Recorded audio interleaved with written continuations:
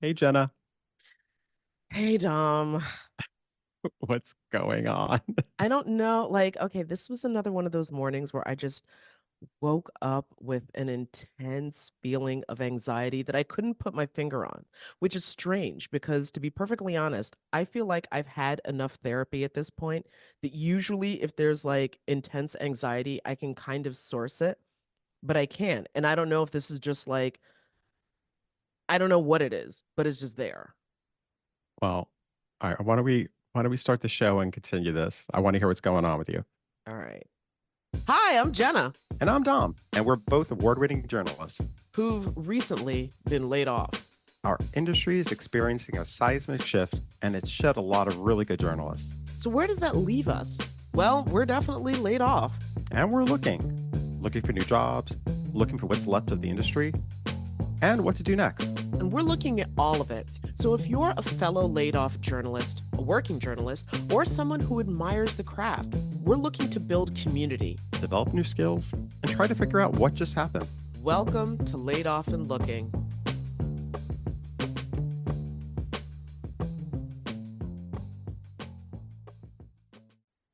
Yeah, like I I think I once I gave myself a chance to think about it, and you can hear in my voice, I'm still like, I don't really know what's wrong with me. I'm just anxious. Okay, so obviously there's the whole like, what are you doing with your life question? Not a big Mm-hmm. question to have looming over you. But then No. on top of that, I was doing some social media, as one would do, especially with a brand new podcast.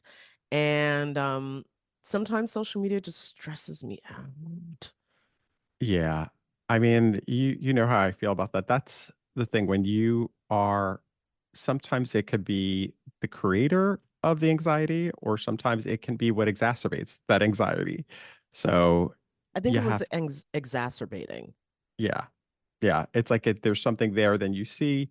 Um, no, I feel you. I think I think it's listen, the comparisons. Like, listen, well, I'm really we've had enough well, conversations. I've come to understand I have developed some problematic competitive issues when it comes to my career. And yes, I'm seeing some things on social media that are like making that flare up, and that's really not helpful for anything. Like that's and somebody else's journey and somebody else's story. My right. journey and my story is different.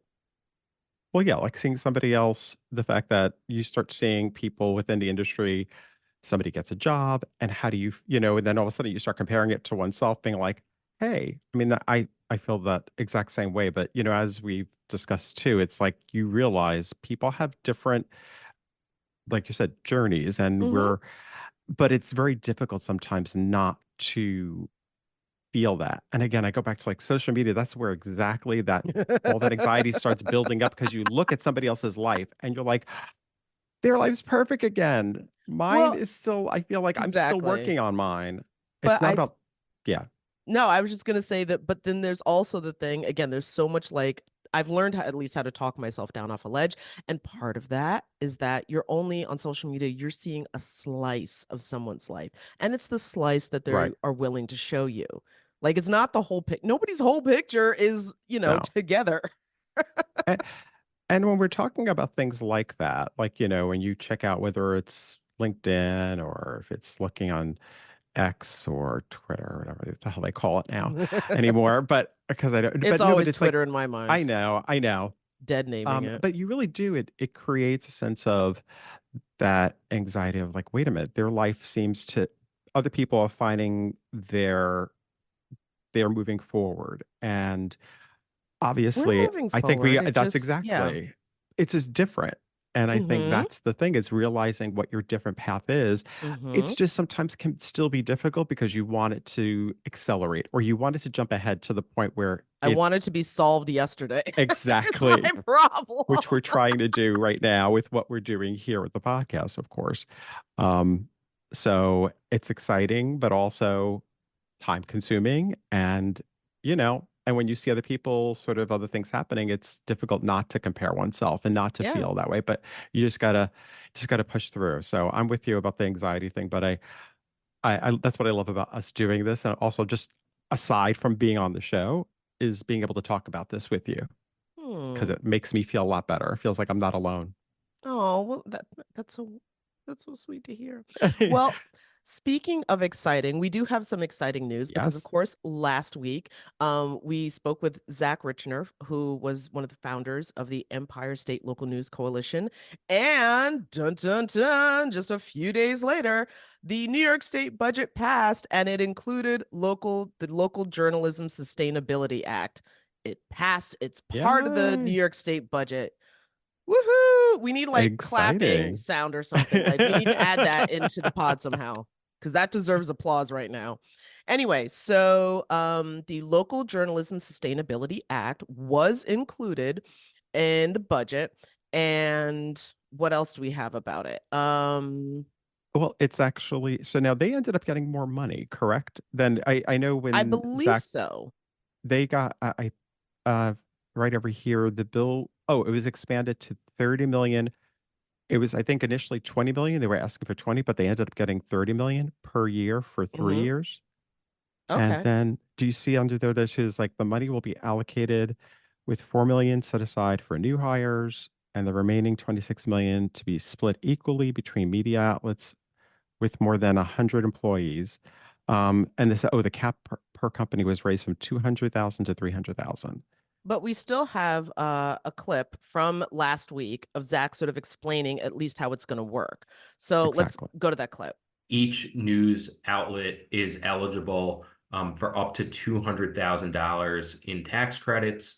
And the way that that is calculated is the tax credit gets applied to the first, or 50% tax credit gets applied to the first $50,000 of a journalist's salary. So if somebody is earning $40,000, the tax credit to the news organization would be $20,000. If they were earning $100,000, the tax credit would be $25,000 because it's only applied against that first 50,000. And I think this is pretty cool. New York is the first state in the country, pew, pew, pew, to officially recognize the vital role of journalism, the role that it plays in communities. And access to this tax credit is going to help newspapers and others continue to cover their communities and give them the most vital news necessary, which, if you live in upstate, you know, is all about the road closures. Road work It's is there exciting. constantly, constantly.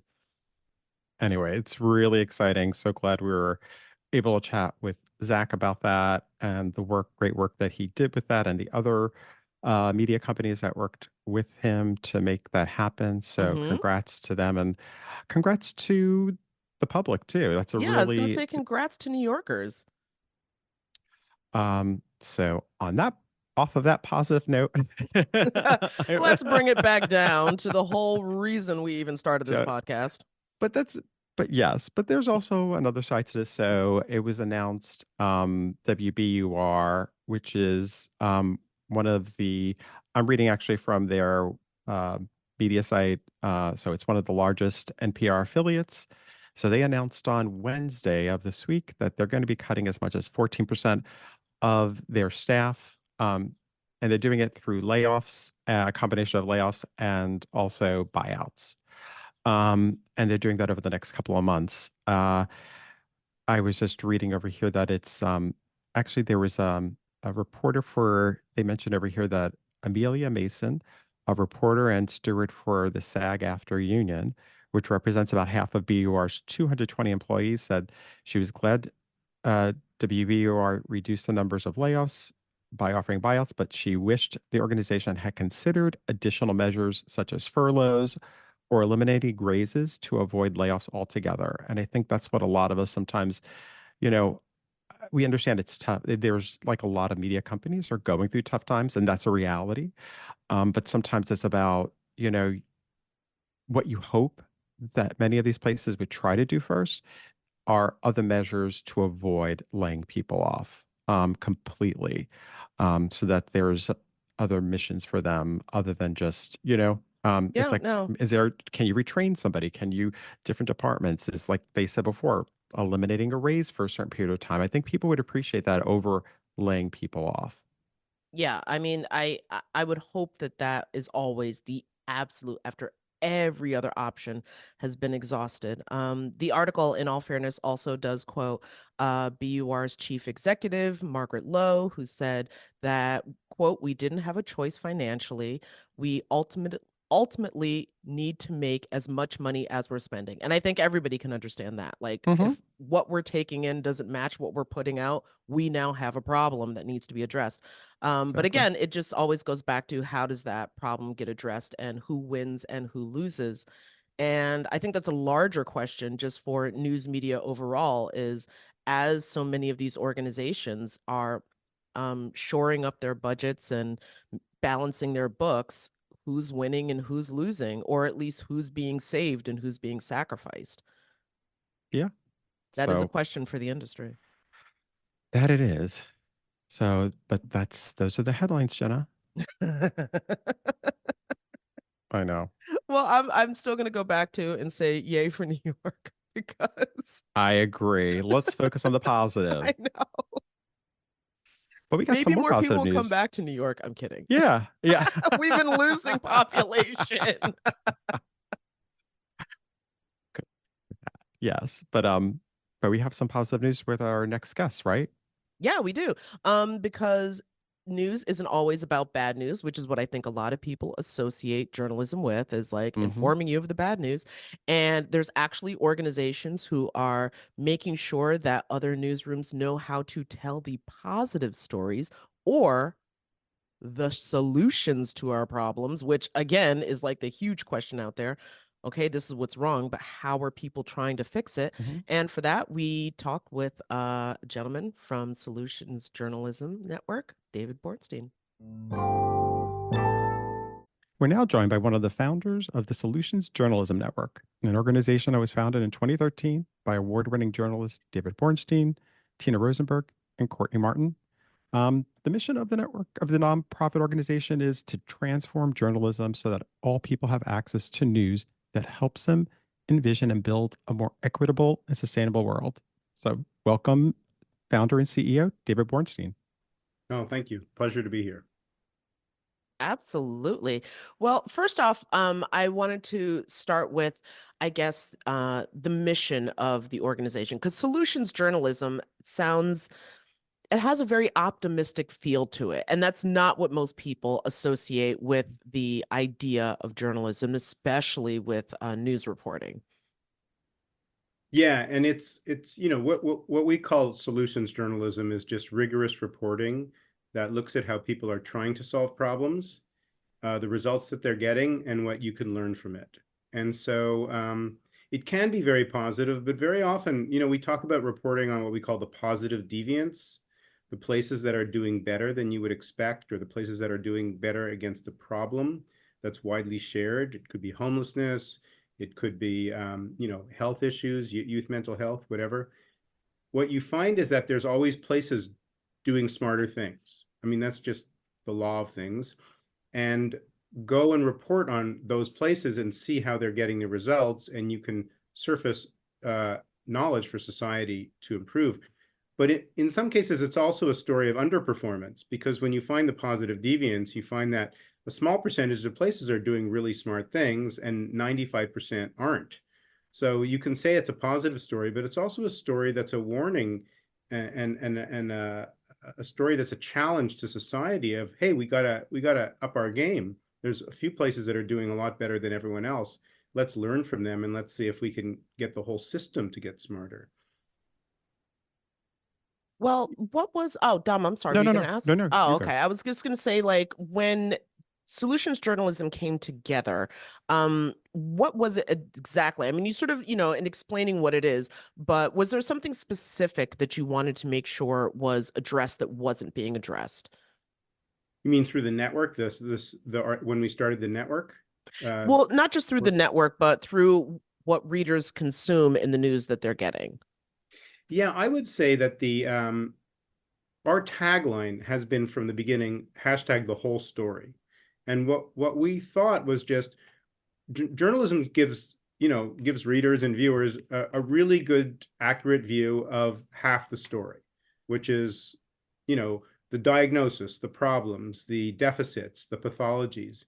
What it doesn't do is it doesn't really have a language or a comfort level for the other half of the story, the responses, the adaptive resilience, the emerging possibilities, the creative ideas that you don't hear about. So what we thought people were missing was just all of the things people are doing to respond to all of the problems we hear about nonstop 24/7.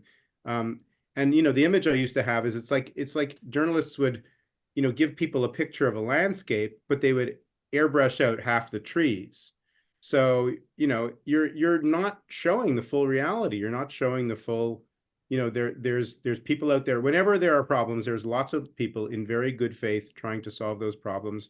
They're not doing it to get famous. They're not doing it to get rich. They're doing it just because they're decent, and that's what they care about. And if we don't tell this story, if we don't say this is part of who we are as a community, as a society, we'll get exactly the results we're seeing. People will disengage. They'll disengage from politics. They'll disengage from civic life. They'll try to, do a lot of NIMBYism, protect my backyard and make sure that my kids go to a private school. And they'll do all sorts of things to adapt to a false belief about society that's created in part by journalism. So, David, what's some of the work that you're doing at Solution Journalism Network? Like, what is it that you're doing in terms of when you work? Because you're working with the journalists themselves. What are some of the programs? What's some of the work that you're doing to help with this problem? Yeah. So initially, when we started the network, which was 10 years ago, we were legitimizing this idea. We were getting very smart, tough, hard-nosed journalists, in many cases investigative journalists, to do solutions journalism, solutions reporting, and to show that this could be done rigorously, that it wasn't advocacy, it wasn't puffery, it wasn't feel good or positive news that you want to do on Friday afternoon or at Thanksgiving, that it was serious. So a lot of legitimizing it was just showing you can do this well and you can do this, and it has as much of a hard bite as traditional investigative journalism. That now has been quite well demonstrated. And what we did once we sort of helped journalists get comfortable with the idea that you can do solutions journalism well, a lot of what we have done is developing training modules, working with trainers. We now have trainers around the world in close to 50 countries. We've done trainings, workshops with news organizations. We have lots and lots of tools online about how to do solutions journalism well. There's many journalism schools that teach solutions journalism now. There's regional hubs like Medill Journalism School at Northwestern is a hub that teaches solutions journalism. We have a database with 16,000 examples of solutions journalism. If you're looking at what does this look like in different formats for magazines, for newspapers, really anything that a journalist needs to feel comfortable doing it, to sort of see. And there's a lot of different things in solutions journalism. How do you construct the narrative? Where do you locate conflict? How do you source these stories?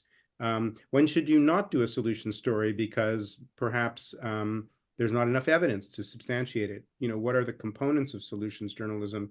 And in some ways, it's different than traditional journalism in a lot of core ways. And so a lot of what we do is really helping people understand how to do it well. I'm also wondering if you can, like, just from having done this over the years, et cetera, if you can give us an example of when that shows up and we've digested it, but we didn't realize that this was an example of solutions journalism. I would say so. I could give a personal example from writing that I've done. Okay. So I used to do a column with Tina Rosenberg at the New York Times that was called Fixes. And we did the column for about 11 years, and we reported once a week on some initiative that we could bring a solutions journalism approach to. And we started this before we started the network. In fact, we got the idea to start the network because of what we were learning from the New York Times column and from the fact that we saw that it was quite popular too. So for example, I came across a statistic that I found in a study that had come out of some research at Yale that said that preschool expulsions were 13 times as prevalent as high school expulsions. And I remember just reading that phrase, and I don't know how good this research really was, but I just remember thinking, what is a preschool expulsion? Like, we're expelling 4-year-olds from Head Start programs? Is that? And so I did some research and I found out that this is actually quite a common thing. Many, many young children um, who have quote unquote behavioral problems go into early childhood education settings like Head Start programs, and the teachers can't quote handle their issues. When you look at what's really underneath that, you find that many of these kids have childhood trauma. Mm-hmm. They have what's been called ACEs, high ACE scores, adverse childhood experiences. So I was really curious. I said, what's happening in preschools across the country? And my first instinct was to write about the problem, write about there's this thing that you may not have heard of where, early childhood settings are basically telling the parents, you have to take your kid home. Mm-hmm. When I started looking into it, I realized that's just going to make people blame the system. It's going to make people blame the Head Start programs. It's going to be a punitive approach. I wanted to know, why is this really happening? And when you Mm-hmm. start talking to people, you realize when kids come into a preschool setting, especially 4-year-olds, and they have unprocessed trauma from something, it could have been because there's abuse in the family, there's drug abuse in the family, there could have been homelessness, there could have been violence, whatever. What do you do? So it turns out when I started looking that there were a whole bunch of places around the country that were creating trauma-informed preschool settings where they were actually teaching the teachers and the Head Start people, the educators, Okay. how do you respond better to a child who is very hypervigilant, who feels very unsafe, who lashes out against other kids, and someone takes the kid's block and they hit them over the head with a fire engine and suddenly there's a fight. Well, it turned out that when they taught the teachers how to handle these situations better, suddenly the problems dropped and the kids were able to calm themselves and they were able to stay in circle and they were able to learn their ABCs and all of the things that you need to do to be on a trajectory for success in kindergarten. So I ended up writing that story about the problem through the lens of the agency around that problem. What Mm-hmm. are the smart places doing? And what happened was, instead of writing a story that would have been extremely hard-hitting, very negative, and probably nobody would have read, frankly, I ended up writing a story. The headline was Teaching Children How to Calm Themselves. It was the #1 on Facebook and the New York Times for a whole week. So it tells you how many people were interested in learning about how to help kids, right? Mm-hmm. There's millions of teachers in this country, and a lot of them face this every day. And that was just like a light bulb for me of, you can come at almost any serious issue through that lens and you can probably get more engagement with it, right? And we're talking about, there's a podcast about the journalism business. You need people to engage with stories. You need people to want to pay for journalism ultimately. So Mm-hmm. this is a way to really provide value to people. Not just telling people that the problem exists is sometimes an important thing, but sometimes that just makes people feel depressed and powerless, and that's not really helping them, just to alert them. So in some ways, this was diagnosing a problem, but also helping them understand that there are effective models that are emerging around the country. Not in that many places, frankly, in some places, but we could look to those places to see how the systems that are dealing with much larger numbers of kids could be improved. Um, so that would be an example, I would say. Yeah, no, I think that really helps, like, because again, hearing the idea, but the way that so many of us have are traditionally engaged with journalism, even myself as a journalist, you almost have to like re-engage how you think to realize when you're engaging with something like this, because that could have just washed over you like water. I am very curious. This is a little bit of a side note, but in the research that you found, did it at all break down along racial lines when it came to expulsions of preschoolers? I don't remember that study, but I know that if you look at, and matter of fact, one of our first partners in the Solutions Journalism Network, which is the Seattle Times, they did a very early series looking at suspensions in school, in elementary school, and they found it was very racialized. It broke down on racial lines. Yeah.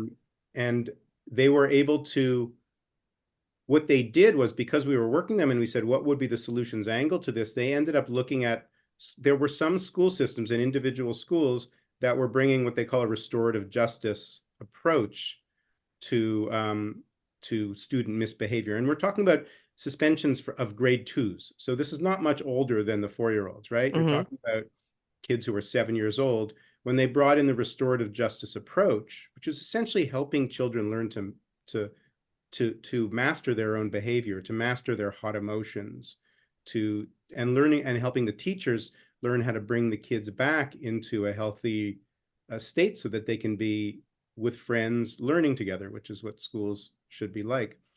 That was really powerful. What happened, in addition to not just, once again, blaming and shaming the schools, because the suspensions were racialized, but all sorts of kids were getting suspended. It was bad for everyone, but it was more racialized. Instead of coming in with an argument that this is sort of purely racism, this was helping teachers to understand that they were bringing almost a punishment, almost like a criminal justice mentality to an issue that's really a child development issue. And when they came to understand that there are ways to deal with it that are much more helpful, it led the school district to ban suspensions, for one thing. So there was a real outcome of that series. Wow. It had a real impact on the policy. But then it started spreading throughout the schools as well about how do we use these better non-punitive approaches. It's just a shift in thought to like, that's actually the story. So yeah, that's really fascinating to hear. Yeah, David, also, audiences seem to have, there's a lot of this news fatigue because of the way we consume our news. And maybe also the way some journalists have been telling the news. How do you see a way for journalists to re-engage with the audience? Yeah, so I think the main thing about that people want now is people are suffering. People are overwhelmed by the number and the severity of the threats that journalism is covering. I mean, are we going to have a democracy? That's a big threat, right? What's going to happen with the climate change? The weather is changing. I mean, eco-anxiety is huge. Youth mental health is on the right. Our issues in every community is struggling with youth mental health issues. That's just like a couple of things, right? I mean, there's so many communities around the country, especially small rural communities, where the economy is completely, agriculture, manufacturing is gone. People wonder, will we even have a town in 5 years? Well, does anyone want to stay here? So there's just a lot of hurt, unhappiness, fear. Journalism can speak to that. We will lose people if we just add to their fears. If we just say, we thought it was bad, we thought climate change was bad yesterday, but today we know it's even worse than we thought. That's kind of how journalism often covers the issue. So people have to disengage at that point. It's just too much. But there is agency around all these issues. There's many, many things that communities can do to help their teens. Lots and lots of them. There's lots of things that communities can do to, even if they can't deal with emissions at the global level, they can often do things that protect their communities, that build resilience and that adapt in the face of changing. They may have to adapt agriculture. They may have to create new protective systems for older people because there's now 20 days every summer that are over 100 degrees. But when you start telling people, there are things we can do, and there's actually other communities that are doing smart things. We can learn from them. We can come together. We can deal with some of these issues more intelligently. We can learn from our peers. That will help with the news avoidance and the feeling of being overwhelmed by the news, because you're essentially giving people information that's helping them understand their options. People love to know, what are my options? Do we have better options than the one we're using? People love to have power, and journalism should help people have more power over the things that they care about. And would you Oh also my say, David, God. about also being heard? Because I feel like so many people might feel like they're not being heard. And how important is it for journalists to really, in this way, address that they have that kind of connection with their audience and their communities? Oh, 100%. We've done surveys when we started doing this, around the country. One of the things that we would do is survey news organizations and then the communities. And we'd ask, what are the things you would like to see covered more often by your local newspaper? And then we would look at what the newspapers were covering. And there was a huge mismatch because people weren't listening to the community. The community said, we want to have stories that help us understand, will we have a rural economic future? This was a very clear thing that was, what can we do to to rebuild our local economy? What can we do to help our young people? What we could, when it was, issues around opioids and addiction, it was a lot of things around how do we deal better with these things. If the news is driven by the requests from the audience, we would like not only we would like you to help us understand how to deal with these problems, but also, one of the things about solutions journalism is that there's a very strong equity analysis built into solutions journalism, which is to say that there are many communities in this country, especially communities of color, that feel that the only time they get covered is when something goes wrong. They feel that they're defined by their deficits, almost exclusively, in many cases, by the news organizations. Well, solutions journalism in some ways gives you a language. You're going in to look for what are the creative ideas here? How are people dealing with their problems? A lot of communities are dealing with their problems very, very smart ways. They have local solutions that have come up that you've never heard about. They're community developed. They did it in the face of the fact that there was often indifference from public institutions or from larger institutions. So they came up. So there's this great agency story that is deeply respectful of people's, self-organized ideas. That goes a long way showing who people really are. You really know people through their agency and their aspirations, And so in terms of like moving journalism away from this kind of narrative of deficits and pathologies to looking at what people really aspire for and how they're trying to solve problems at the local level, and then what are the ideas and models and the supports that could be helpful to amplify their agency. It's a completely different, it's an asset framing rather than a deficit framing. And that's very important if we want to like reduce stigma. And first of all, I'm hearing and absorbing everything that you're saying, but at the same time, I'm comparing to some of my own experiences in newsrooms, news departments, etc. And I'm wondering, for your training, is it just for journalists? Because, for example, some old school editors, let's say, might hear some of what you're saying and say, no, that's not how we do this. We do it that way. That's what we're doing. And just shoot down any, because I feel like, for a lot of journalists, I think people would also want to do stuff like this. But at the same time, if your editor is just going to be like, no, then how does, I guess, like, first of all, is the training just for journalists or is it for editors as well to get them to sort of open up their minds? And then secondly, how does a journalist who finds themselves covering stories in a very negative light, is there a way for them to kind of begin to pivot without, we don't need another journalist on the unemployment line? Right. Oh, so many good questions here, Jenna. First of all, there's a lot of research that shows that solutions journalism is a really good sound practice for engagement and for all sorts of news values. There's a journalism educator at the University of Georgia named Kaiser Lau, who has a page with more than 200 academic articles, book chapters, and things like that. There's really actually quite a lot of, when CBS News, for example, announced, the AP did a story about this, that it's moving towards solutions journalism in all of its owner-operated stations. They were doing it based on, good news values and also audience, what they understood from their audiences. So you could make business arguments to publishers and editors that this is good for engagement, it's good for impact, and it's ultimately good for the bottom line for news organizations.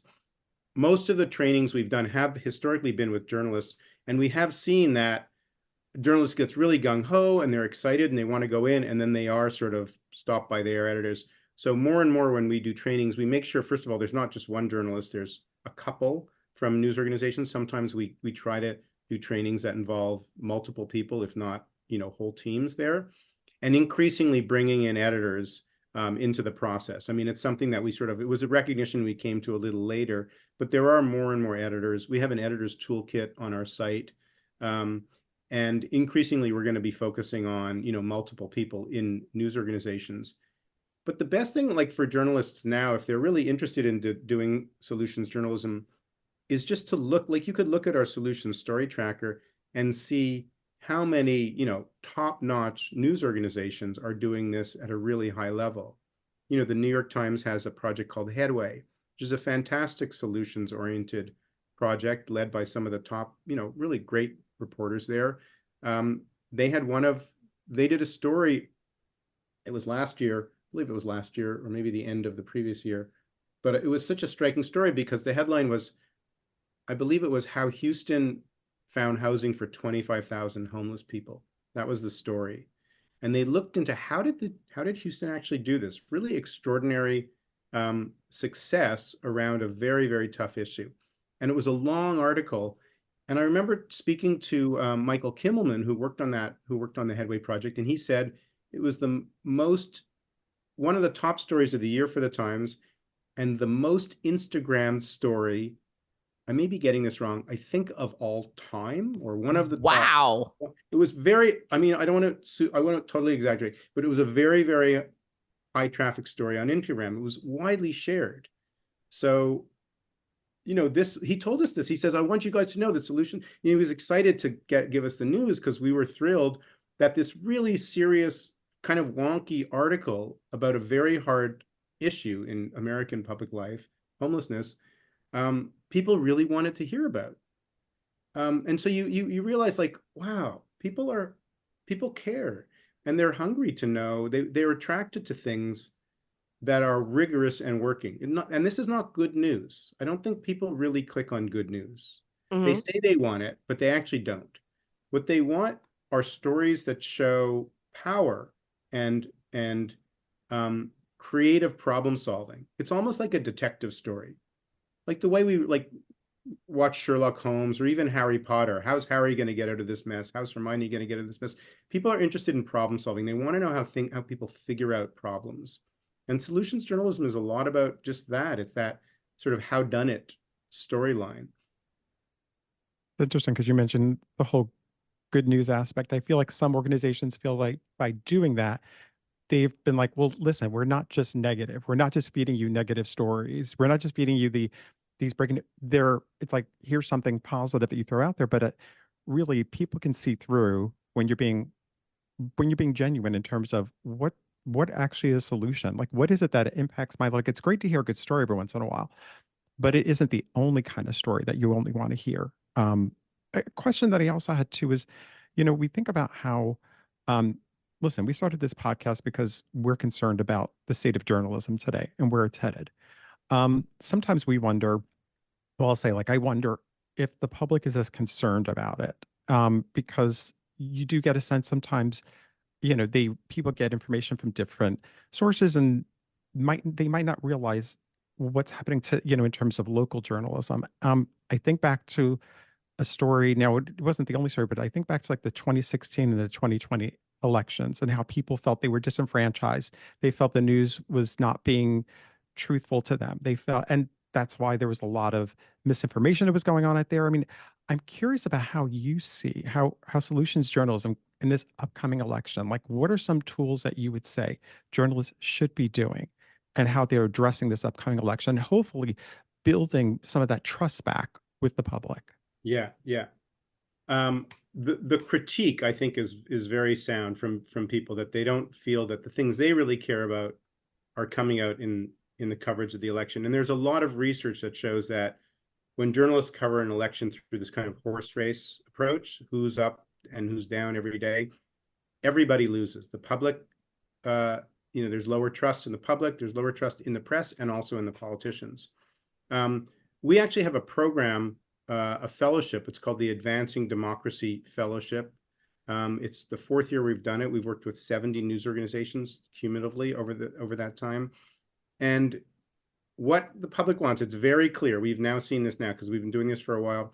The public wants the things that they care most about in their community to drive the campaign coverage, which is to say, our community, these are the issues that we care about in our community. Housing is too expensive, right?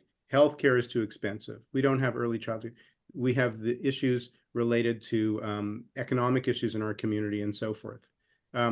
We want you to insist that the candidates speak to those issues and not just sort of do stenography for what they said yesterday, because candidates will always want to drive the agenda based on what their pollsters, what their research tells them is the best thing for them.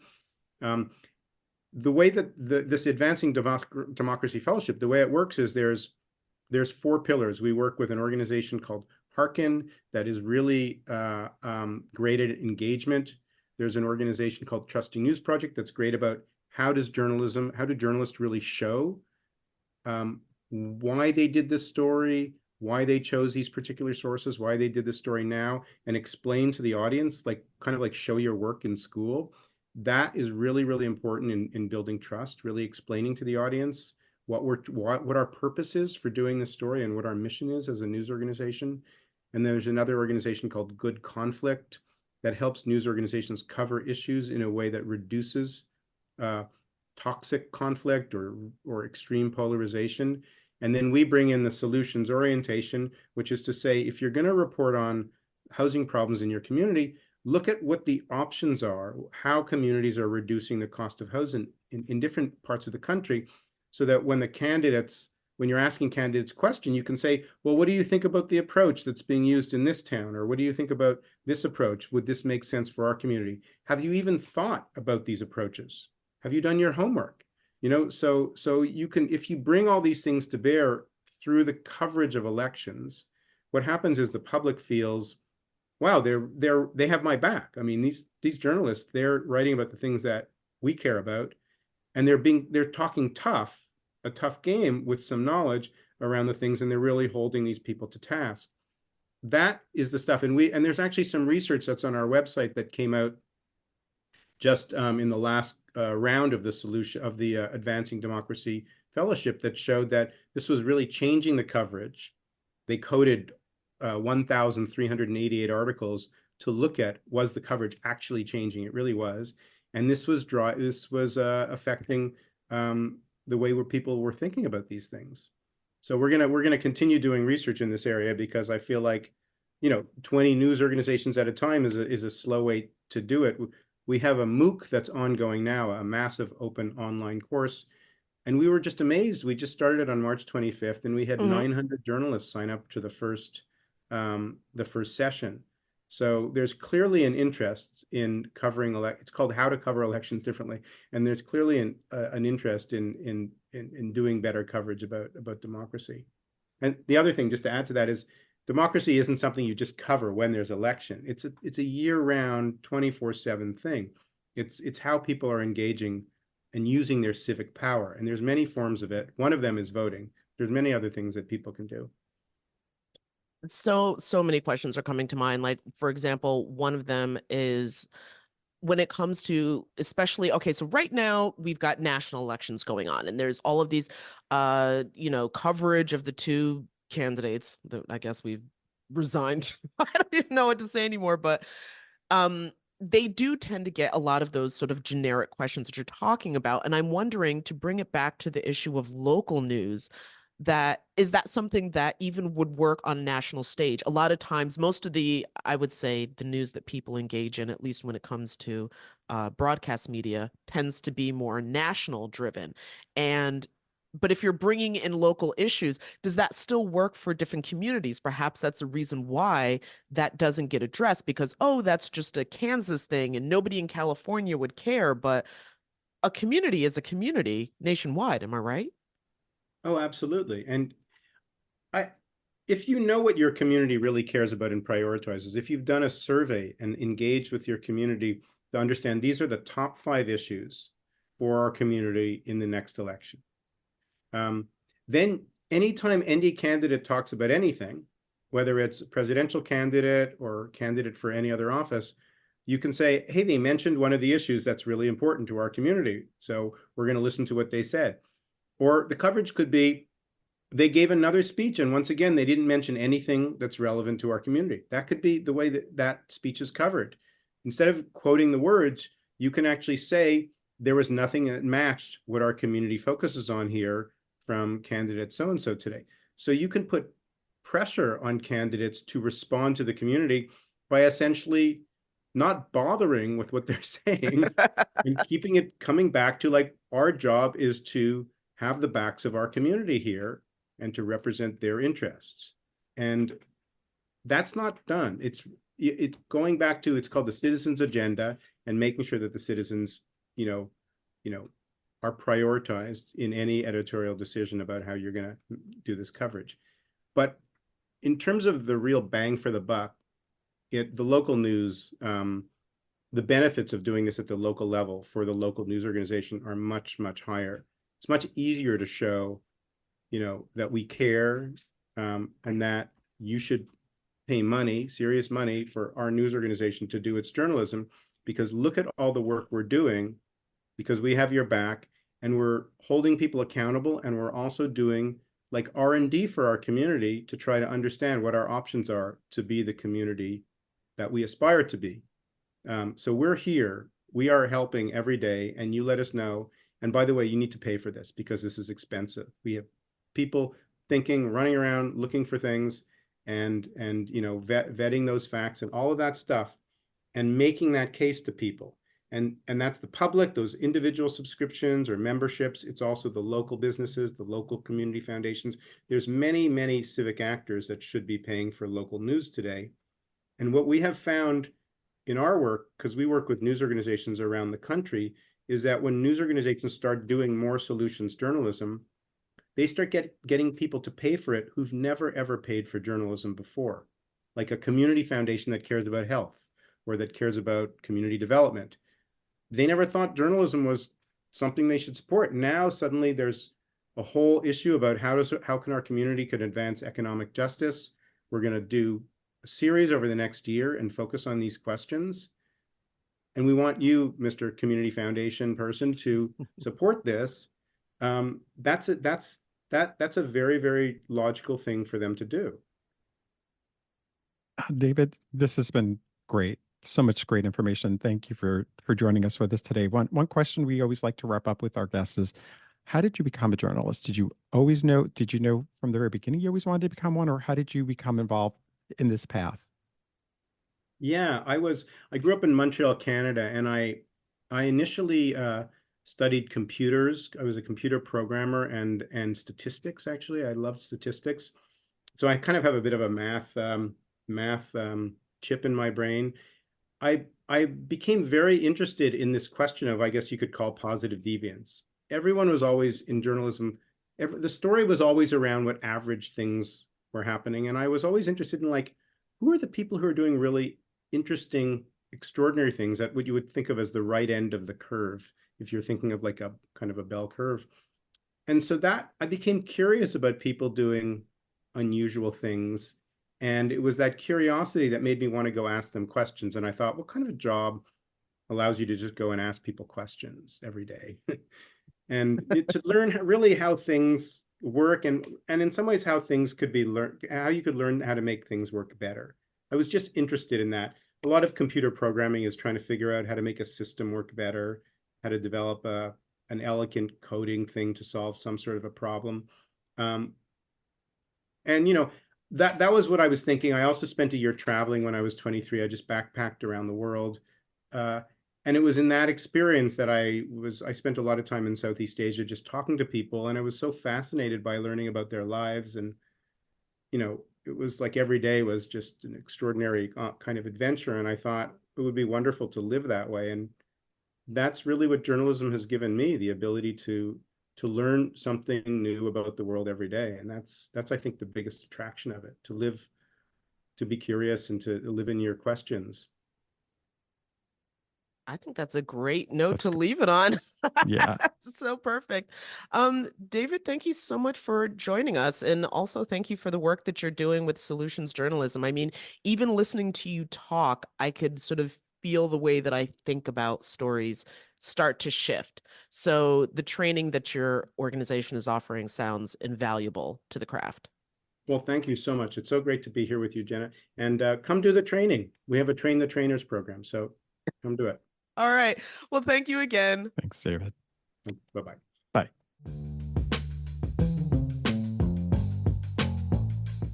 So it's time for our spotlight.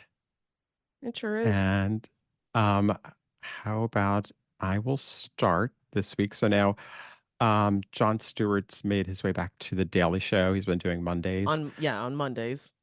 And so this week, I particularly enjoyed, this is my pick. I particularly enjoyed his opening that he did in regards to how cable news networks and other broadcast entities are covering the Donald Trump hush money trial. Mhm. Um, and I think, I mean, he's hysterical. We've actually had John on our show, on our former show, a few Mhm. times, and he's he's hysterical in how he views this whole trial and how the media basically is focusing on the smallest of details and just like making something out of nothing. He looked at the fact of how they follow Donald Trump's car as he's traveling to the courthouse. He talks to, they actually also did this hysterical thing about looking at the sketch artist who they're like, I guess, like, I think it was CNN who they were focusing on. They interviewed the sketch artist who was drawing Donald Trump and asking her questions about, you know, so you drew this picture of him, you do the sketch of him, and he's sitting there and his eyes are closed. What did his eyes look like? And she was just like, I was sitting like 50 feet away. I don't know. And I mean, she didn't say I don't know, but she was just like, you could tell she was like, I don't know what they look like I was. So, and also just listening to how we all know this, like when you're doing live news, it at times you can have to sort of figure out what Yeah, to well, make I was of gonna say nothing. for people who aren't familiar with especially broadcast news, this is what they would call in the newsroom going wall to wall. So you're going the full whatever your showtime is. Usually it's an hour to represent the clock, but you're filling that entire time with this one story. Um, and when you start to stretch that out into actual narratives, especially when it's something where, it's the minutia of a trial, it can be hard to fill it up. So you end up talking about stuff that perhaps in other situations where this was just a segment, like maybe this was just a B segment story or something like that, then oh God, Well, now I'm realizing I have to explain the difference between an A, a B, a C, and a D segment. well, yeah, I mean, I think people know enough in the sense of like it's the top story or it's a Yeah, story that yeah, isn't the big top or story of the day. exactly. Like it's an important story. Well, that's why I said like a B segment. Yeah. It's not, the top story of the day, but it is an important story. But again, when you just fill up the entire time with just this one story, well then you got to find stuff to talk about. And I think, I guess for me personally, like I do understand we work, I mean, cable news and a lot of honestly broadcast news or, Well, you worked in radio. cable, I never worked in cable. Yeah, it is about the ratings. I mean, that's you did, it's how many people are watching you. And there are certain stories that people will capture certain people's, attention. And this is of course, it's a huge trial. And I don't think like Stewart wasn't saying they shouldn't be covering it. He was just saying, you know, how are you covering it? Like, what are the topics you're actually talking about? Like, this is like people aren't saying anything really. There's no news in that. And if you do something like that, how will the public ever really know when you're saying something that is important, that should be focused on? Because they're going to just think like you're just rambling about nothing. But then it was funny after that segment, after he mentioned that, comedian Jessica Williams made a cameo and I love her. And she was amazing too, because she was like, Jon Stewart, you hate fun. This is the world is like on fire. And this is what we can at least laugh at because it's a ridiculous story. And it's in the sense that the story isn't, but some The aspects of the breathless story, coverage, the breathless coverage. it is. Well, it's also people want to laugh at certain aspects of the story that do find funny. She brought up that the star witness is David. Well, the first witness called up was David Pecker. She goes, his name is Pecker. She's like, so I mean, there are parts of this that are true. I just think that as journalists, this is also part of, when we talk about the public's like perception of journalism and how they Mhm. see us. This is part of how people do see us sometimes. And like, are we really always reporting on so-called important stories, or are we sort of Or how are we covering the stories in a way that, exactly, Jenna? yeah. Well, that's, because I sometimes do wonder. I mean, yes, his name is David Pecker, ha ha ha ha ha. But at the same time, are people paying enough attention to get a sense of how tabloid journalism actually works? Mhm. Because that to me is what I find interesting. Now, I will admit, as I mentioned at the top of the show, anxiety is coming in waves right now. Yeah. So I haven't paid that close of attention to the trial. And I'll just put it this way, with the way things have been covered, the only part of it that has really bubbled up to my attention level, I'm sorry. There's apparently he's been farting in the courtroom and his lawyers are gagging on a quote, Allegedly. allegedly putrid stench.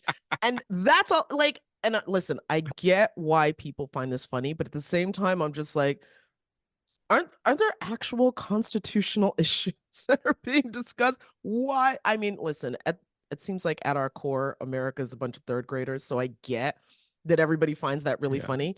But at the same time, like, is this really the most important issue to come out of all of this? Gotta say, it's been yeah, and I'm with you in terms of I follow what's going on, but not as obviously not as much as if we were working in the newsroom because it's I think you pick and choose by reading certain articles, by watching certain clips, listen to certain clips. I think that's kind of how I'll update myself, but not doing the wall-to-wall coverage. That I don't have it in me to just watch this nonstop all day. Exactly, exactly. And I will say also, in defense of the wall-to-wall coverage, I think the thinking behind it is that you want to be giving the same level of content to somebody regardless of when in the day they tune Mhm. in to watch. So I feel like I kind of get the theory behind it. Mhm. It's just I can't tune in and take that in all Mm-mm. right now. But at the same time, I've got a lot of other things to deal with. But speaking of Yeah. I guess maybe serious news, my spotlight pick was from Axios, and basically the headline, this is a piece from Andrew Friedman, and the headline was "A long, hot US summer is looming," forecasters say. And for two things, this caught my attention because again, living in Hudson Valley, New York State, usually we get these these warnings about wintertime, like the farmer's almanac says this winter is going to be etc., like freezing cold or lots of snow, and then oh my god, I'm gonna have to shovel and plow and all this other stuff. Mhm. But for this is about the summer, which again, it is a climate change story, but a hotter than usual summer is likely to occur in the US and many other parts of the globe. Why it matters. Extreme heat is a major public health threat and plays a role in droughts and wildfires. Now, of course, when I think of extreme heat, having done the work that we did covering New York City, we of course know that urban areas across the country Mhm. do not have an equal distribution of things like trees. And so some parts of cities create these heat domes, which become deadly, especially to old people. The cities have to set up cooling centers. And speaking of cooling centers, as these prolonged heat waves continue, this is also going to put extra strain on an already old electricity grid. So that's not good to hear. Like, but these are things that we need to Yeah. keep in mind so that when people are either making personal decisions about their carbon footprint or perhaps supporting politicians in terms of how they address climate change, these are things to keep in mind. Because according to this article, and again, and it's citing, there's lots of hyperlinks in this piece, citing to other articles and other studies, but basically, climate change is altering the character of American summers, period. Yeah, and I think that's something I think for me the big part is also it's warning a lot of the country in terms of how states they can start preparing for this type of I mean it's really it's becoming an annual I mean it's like the heat waves. It's not like this is really changed in that way. It just seems to be getting worse and worse. So it's people need to be addressing this Mm-hmm.